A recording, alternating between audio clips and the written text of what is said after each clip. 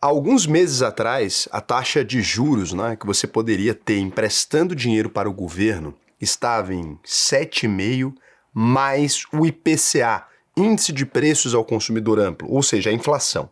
Então, independente do que acontecesse ali, né, se a inflação fosse em 1.000%, o título te pagaria 1.000% mais os 7,5 livre. Ou seja, independente do cenário que acontecesse, você estava ganhando 7,5% de juro real. Aprende essa palavrinha, diferente do juro nominal. Você toma um empréstimo comigo pagando 15%, né? Você vai pagar 15% para mim. Só que, nominalmente, se a inflação for a 15%, quanto que eu estou recebendo de juros? Zero, né? Por quê? O preço de tudo aumentou e eu ganhei 15%. Não. Aqui a gente está falando de título IPCA. Não confundir com Selic, que muita gente acaba confundindo. Agora, a questão fiscal no Brasil deteriora mais um pouquinho.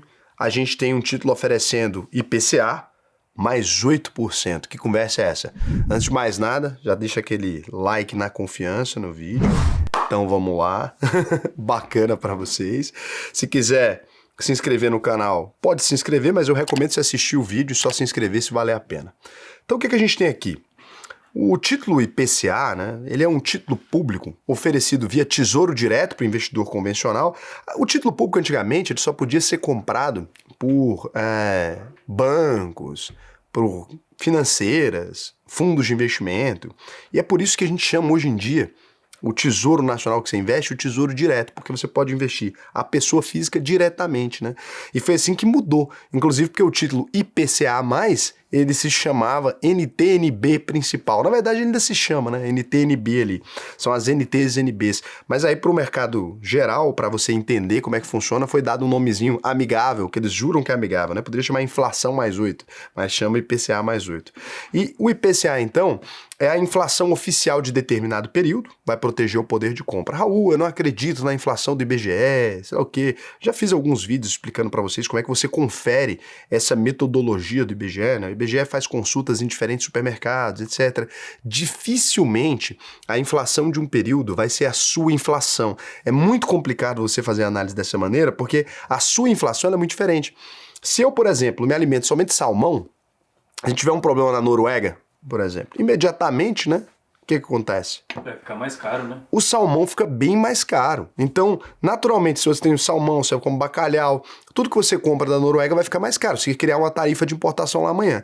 Aí a sua inflação pode subir 40%. E a inflação real do Brasil pode ter subido 4%. Por quê? Porque nem todo mundo vive de comer salmão. Então você tem a inflação da classe média, você tem inflação de diversos índices, você tem inflação somente do aluguel. Mas a gente considera que o IPCA, né, que é o Índice de Preço ao Consumidor Amplo, ele tem uma boa cesta de produtos que muda com frequência. Envolve muito alimento, envolve muita coisa. Então, essa discussão, né, se você acha que vale a pena ou não, toda vez que você pensar sobre isso, eu te recomendo pensar em uma coisa muito específica assim. Você já viu banqueiro perder dinheiro no Brasil? Não, né? Por quê? Porque os banqueiros, eles pagam os políticos. Então, eles são os donos do lugar, né? Você pensa que o Brasil é seu, ou é dos brasileiros? Não, é dos banqueiros. E os banqueiros, eles confiam muito no IPCA. Então, pode ficar tranquilo que o índice tá bom. O dia que não tiver, eles vão mudar. Pode ficar suave que esse índice muda da noite pro dia. Por quê? Porque os bancos têm que investir nesse título. Então, o título também é o título que os bancos usam. Então, pode ficar com relativa tranquilidade. E aí, quando a gente fala dessa taxa de mais 8, né? Então, vai ser o IPCA, a inflação, mais esse 8% que é o juro real fixado no momento da compra ali, que vai ser garantido para você. Então, qualquer momento que você carregar esse título até o final, você vai receber essa inflação variável, a correção dela, mais o juro real fixo por ano. Então, com inflação média aí de 5% atualmente, esse título equivale a um título que paga 3% ao ano hoje em dia. Você sabe desde o primeiro dia, então, que esse título vai render a inflação do período mais o 8%. Pode mudar. Se a inflação for para 10%, quanto que ele paga? 18%. Se for para 20%, 28%, se for para 30%, 38%. Facinho, né?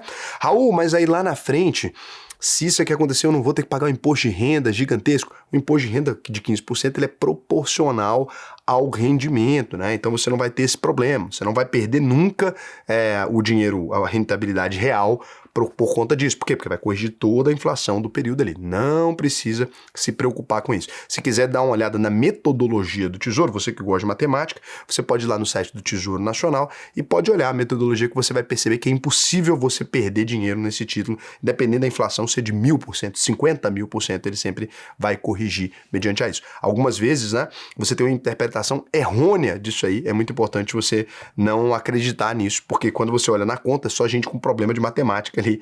Então, na prática vai estar sempre rendendo positivo. Pode confiar em mim, se não quiser confiar, pode ir lá abrir o site do Tesouro Nacional. Por que você não aproveita e explica aqui a metodologia? É porque me tomaria uns 10 minutos de vídeo, aí ia ficar muito longo. Então, o que a gente tem aqui?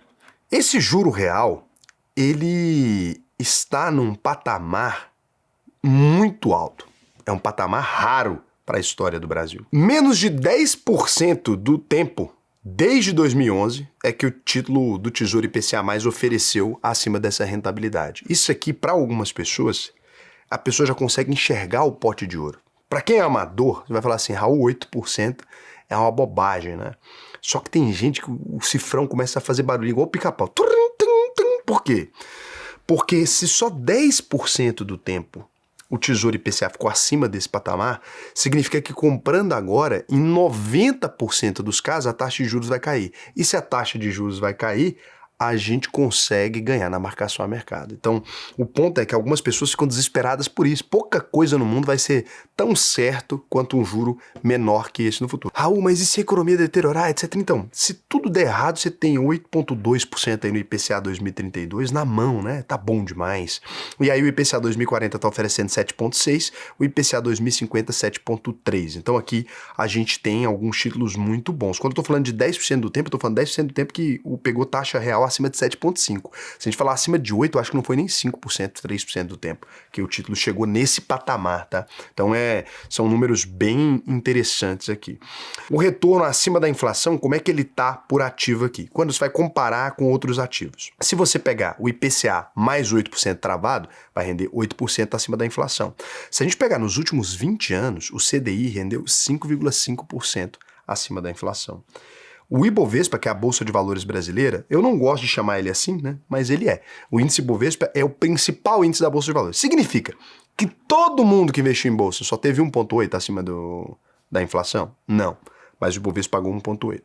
Raul, como assim não significa que todo mundo, se o Ibovespa é a média das empresas? É que o Ibovespa, diferente do índice, por exemplo, o S&P 500, o que ele faz? As 500 maiores empresas dos Estados Unidos, como é que elas renderam? Nasdaq Composite, 100 maiores empresas, como é que renderam?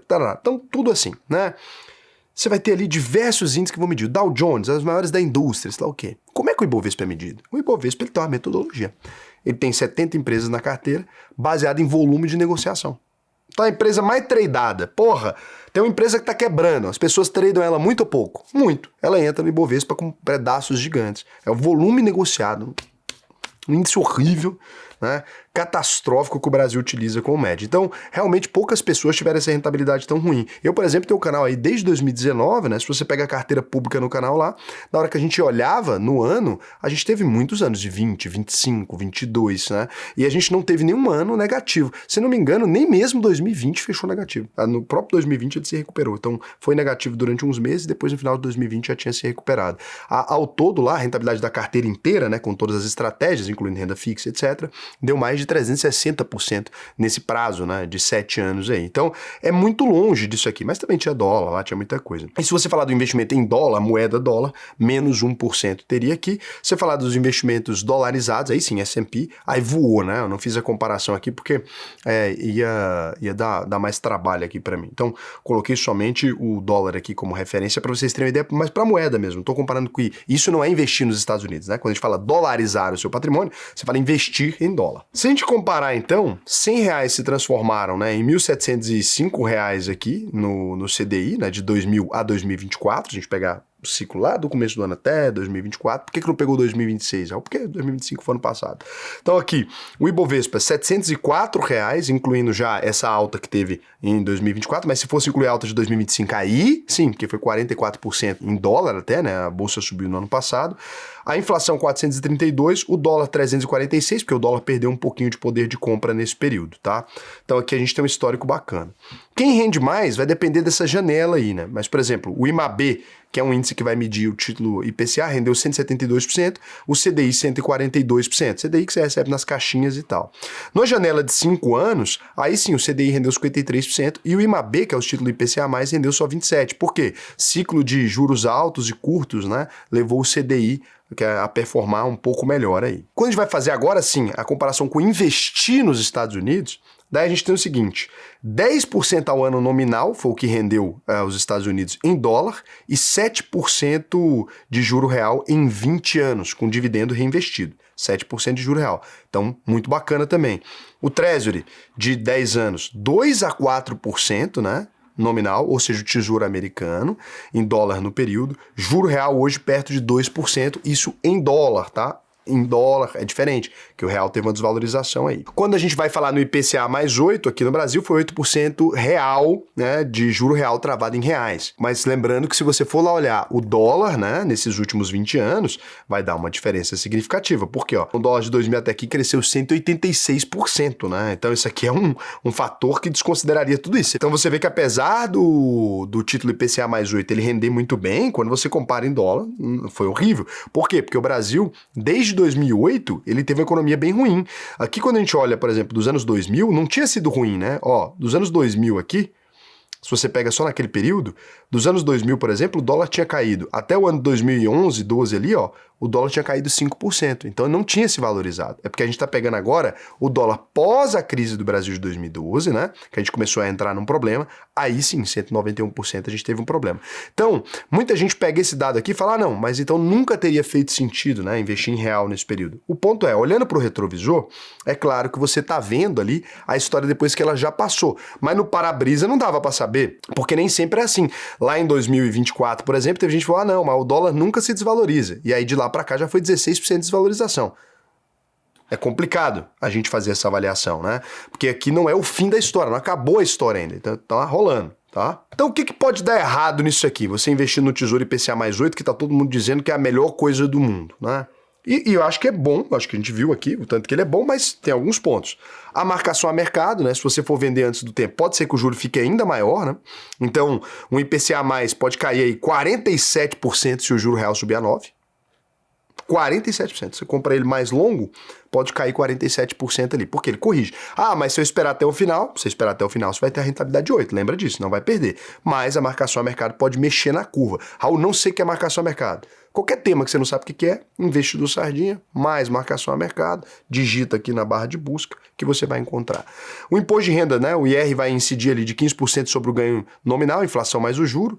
O líquido real, ele pode ficar um pouquinho abaixo, né, desse patamar aí. Tem risco de reinvestimento. Sobre risco de falir, etc., o país não tem, né? Risco soberano, é dívida do governo em reais, o governo pode imprimir toda hora, mas essa taxa alta reflete a incerteza que as pessoas têm e você pode ter o risco de ter que carregar esse título se você investir agora até o final. Então, apesar dele ser muito rentável, pô, você tem que esperar até 2035, 2045 com esse dinheiro lá, é importante. E quando a gente compara o câmbio aqui, a gente acaba vendo um possível risco.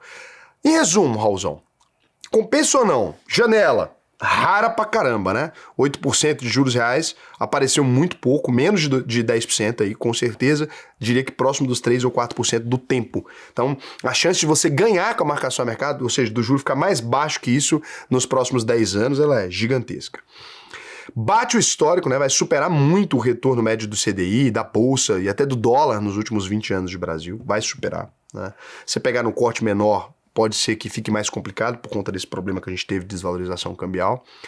Só vai valer a pena para você carregar até o fim se você não encontrar uma janela de saída. Então, no geral, você muito provavelmente não vai segurar esse título até o final. Quem sabe o que está fazendo, não. 90% de quem está comprando esse título não quer segurar ele, quer vender. E o que faz sentido é você combinar isso, né? Porque muita gente vai vir agora e falar, não, então é o único investimento que vale a pena. Bom, quando a gente vai olhar, pô, a Bolsa Americana rendeu bem. Quando a gente vai olhar o Ibovespa nos últimos 5 anos, paulada, né? Ah, Raul, Bitcoin, por exemplo, perdeu pro Ibovespa nos últimos 5 anos. Nesse momento atual, daqui, no futuro, quando estiverem falando disso, vai estar errado, Bitcoin vai ter ganhado de novo. Por isso que eu falo para vocês que muitas vezes, né, aqui no canal tem muita gente que é boba, né? A pessoa fala, ah, não, eu sou 100% renda fixa, 100% fundo imobiliário, 100% ações, 100% sei lá o quê. Chega de 100%. É entender que a boa estratégia que a gente faz é uma estratégia que a gente chama de cobrir tudo, tudo. É bolsa asiática, é bolsa europeia, é bolsa americana, é tesouro brasileiro, se tem dinheiro demais, é tesouro americano, ETF com cesta de produto grande, renda fixa, então tudo quanto é coisa. CRI, CRA, Quanto mais tipos de ativos você tem descorrelacionados, menor a chance de você passar apurado. Quando você concentra demais os ativos, eu vejo muito isso aqui, tem gente que tem 3 ações em carteira, ou tem gente que só tem renda fixa, aí a inflação aumenta, o cara só tem renda fixa pré-fixada. A inflação sobe de uma vez, ele se lasca. Tem gente que só tem caixinha de banco. Isso aí, cara, olha que loucura. Imagina quem só tinha caixinha de banco, Cazé, quando o Banco Central diminuiu a taxa de juros para 2%. Nossa. Cara, aí você ia comprar um CDB, tem gente até hoje nisso. Você ia comprar um CDB ali, o CDB tava pagando 8%. Aí você ia comprar um pré-fixado pagando 8%, agora tá pagando 14, 16 e você lá, chupando o dedo. Se você quiser aprender a investir de verdade, fazer uma carteira que sirva para você pensar nisso, é assim, ó, Raul, quero fazer uma carteira, mas eu tenho 45 anos. É diferente. Você viu esse vídeo aqui inteiro. Você tem 20 anos, eu já te sugeriria outra coisa. Já ia falar, pô, quanto menos você tiver título IPCA na carteira, melhor. Porque eu tenho 20 anos, tenho muito tempo para esperar a economia melhorar. Eu vou colocar ativo de alto risco. Vou aumentar o risco. Ah, não, Raul, já tenho 55 anos. Né? Como é que eu vou colocar dinheiro no Tesouro 2045, 2060? Né? Já tenho 60 anos de idade, 80 anos de idade. Como é que você vai colocar? Não vai colocar. Não dá. Né? Você precisa de uma carteira um pouco mais inteligente no sentido de gerar renda no seu bolso. Então, esse tipo de maturidade, de entender o que tem que estar na sua carteira, porque não existe ativo ruim. Existe ativo que está fora do lugar dele, entendeu? Fora da carteira certa. Então, o que você pode fazer se você quiser aprender a fazer uma carteira de investimentos dessa? Ou quiser que alguém faça por você também, que aqui na UVP a gente tem muita gente, ou a gente mesmo fazer sua carteira aqui. A gente fazer a 4 mãos, né, que é o ideal. Você pode acessar aí a uvp.com.br. A UVP é a maior escola de investimentos do Brasil, mas não só. É uma das melhores instituições financeiras do país, top 1 em vários rankings aí, pode pesquisar, né? E o que eu vou te recomendar é você ir lá, acessar a uvp.com.br, preencher esse questionário aqui. Não deixa para depois, não. Às vezes vocês ficam pensando, Raul, tá em época de Copa, tá em época de eleição, tá em época de sei lá o quê. A bolsa, ela se alimenta desse volume, né? De eventos, de catástrofe, do medo, do receio, daquilo que eu não sei se é certo, daquilo que eu não sei se é errado. Então esse é que é o momento. Preencha o questionário que eu vou te ensinar a investir no Brasil e no mundo inteiro. Lembrando, a UVP tem uma garantia muito diferente de tudo. Você já viu muita gente falando coisa na internet, etc. Mas a UVP é diferente. É isso aqui, ó. Entrou na UVP, não aprendeu a investir, tá aqui, ó, na página principal do site. Aprendizado 100% garantido. Se você concluir todas as aulas, emitir o seu certificado e não se sentir seguro, a gente devolve 100% do seu dinheiro. Você está vendo um botão escrito aqui, regulamento, letra miúda? Não tem nada. Toda vez que você vê esse tipo de promessa na internet, você vai encontrar gente falando de regulamentos, o que tem que averiguar. Aqui não tem que averiguar nada. É essa a garantia. Não atendi? Só pegar isso aqui e levar no Procon, você vai ganhar quanto, né? Se você pagou lá R$1, vou ter que te dar 10, 20. Então, independente do valor que você vai ter que investir aqui com a UVP para poder fazer as aulas, o dinheiro que você me pagar, se eu não cumprir essa garantia, você pega o dinheiro, vezes 3, vezes 4, vezes 5, pode verificar, a gente não tem nenhum processo disso, nunca respondemos por nada disso, exatamente pelo nosso comprometimento com vocês aqui. A UVP já tem 7 aninhos aí, já é uma pequena criança, né? Eu, quando comecei, era novinho, estava aqui, e sempre a gente fez aqui um bom processo. Nós sempre fomos muito justos na nossa negociação, então vai ser um prazer para mim te ensinar a investir, mas entra no botão por esse link aqui embaixo que eu vou entender de onde você veio, vou entender o que você está objetivando e tal. Porque muitas vezes vocês digitam um site e daí eu perco o link de onde vocês vieram, eu não entendo o que te fez entrar, o que você está procurando. João Gabriel, ele perguntou para mim se a Asus é confiável. Estou entre ela e a Prudential. Então, são empresas muito diferentes. A Asus é uma empresa brasileira, super recente, trabalha muito mais com corretagem de seguros, não é uma seguradora específica. A seguradora dela é a Excelsior. Você pode pesquisar, que é a empresa que faz o seguro de verdade, que utiliza diversas seguradoras suíças, mas basicamente o que muita gente faz. A Prudential é uma marca americana, também, mas é uma seguradora de fato, e ela opera com um preço muito mais alto. Então, a Prudential, ela cobra muito mais caro pela confiança. A grande pegadinha da Prudential é que eles querem vender aquele seguro vida inteira. Aquilo não é um seguro, é basicamente um fundo de investimento muito ruim. O seguro da Prudential é legal, o seguro da Asus é legal, esse produto de vida inteira é uma porcaria, tá? Não te dá uma boa garantia. Eu acho que a Asus é uma empresa que eu teria uma confiança até boa. A Excelsior, que é a seguradora de verdade, por trás dela eu tenho uma confiança maior. Mas eu conheço o pessoal da Asus e tal, eu confio neles, eu tenho aqui na nossa empresa, eu já cotei muito seguro com eles para os meus clientes e tal. Eu acho que eles têm um preço muito competitivo, mas tem uma marca mais recente, né? E isso aí pesa para algumas pessoas. Mas quando a gente vai olhar o Reclame Aqui das duas empresas, etc., a gente percebe que a ASUS tem feito um bom trabalho. Não vou falar para você assim, nossa, eu confio 100% da minha vida na ASUS, porque eu não confio nem em mim mesmo, né? Eu confio 100% somente na UVP mesmo, que eu controlo, mas que eu gosto da empresa, eu acho que ela é legal. Pelo que eu penso, vale usar o FGTS para amortizar, mas se não, é melhor investir, não? Sim, é bom, mas não dá para investir o dinheiro do FGTS, né? Só se você tomar empréstimo. Então, beijo para vocês, até amanhã.